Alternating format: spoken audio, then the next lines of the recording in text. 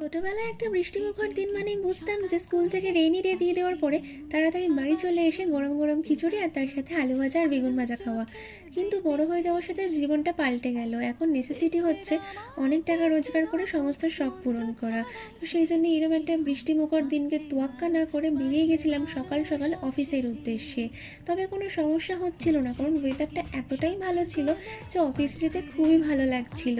তো তারপরে অফিসে এসে একটু ফ্রেশ হয়ে নিচ্ছিলাম, কারণ কাজে বসতে হতো এরপরে আমাকে।